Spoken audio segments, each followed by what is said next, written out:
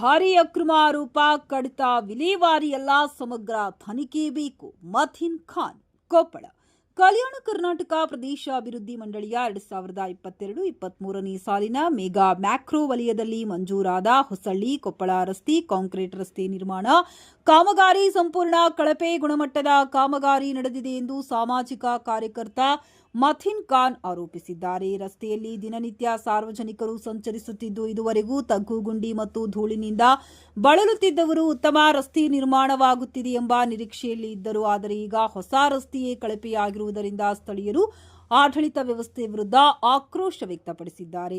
CC ರಸ್ತೆ ನಿರ್ಮಾಣಕ್ಕೆ ಸೂಕ್ತ ಗುಣಮಟ್ಟ ಗಮನದಲ್ಲಿಟ್ಟುಕೊಳ್ಳಬೇಕು. ಆದರೆ ಇಲ್ಲಿ ಕಾಮಗಾರಿ ನಡೆಸಿರುವುದು ಕಳಪೆ ಸ್ಪಷ್ಟವಾಗಿದ್ದು, ಇದರಿಂದ ಗುತ್ತಿಗೆದಾರರು ಹಾಗೂ ಅಧಿಕಾರಿಗಳು ಸರ್ಕಾರದ ಹಣವನ್ನ ದುರುಪಯೋಗ ಪಡಿಸಿಕೊಂಡಿದ್ದಾರೆ. ಸಾರ್ವಜನಿಕರಿಗೆ ಮೋಸ ಮಾಡಿ ಕರ್ತವ್ಯ ಲೋಪ ಎಸಗಿದ್ದಾರೆ ಎಂದು ಹಲವು ಸ್ಥಳೀಯರ ಆರೋಪ ಕೇಳಿಬಂದಿದೆ. ಕೂಡಲೇ ಕಳಪೆ ಕಾಮಗಾರಿಯನ್ನ ತೆರವುಗೊಳಿಸಿ ಪುನಃ ಎಸ್ಟಿಮೇಟ್ ಪ್ರಕಾರ ಗುಣಮಟ್ಟದ ರಸ್ತೆ ನಿರ್ಮಿಸಬೇಕು. ಈ ಕುರಿತು ಭ್ರಷ್ಟ ಅಧಿಕಾರಿಗಳು ಗುತ್ತಿಗೆದಾರರ ವಿರುದ್ಧ ತನಿಖೆ ನಡೆಯಬೇಕೆಂದು ಆಗ್ರಹಿಸಿದ್ದಾರೆ.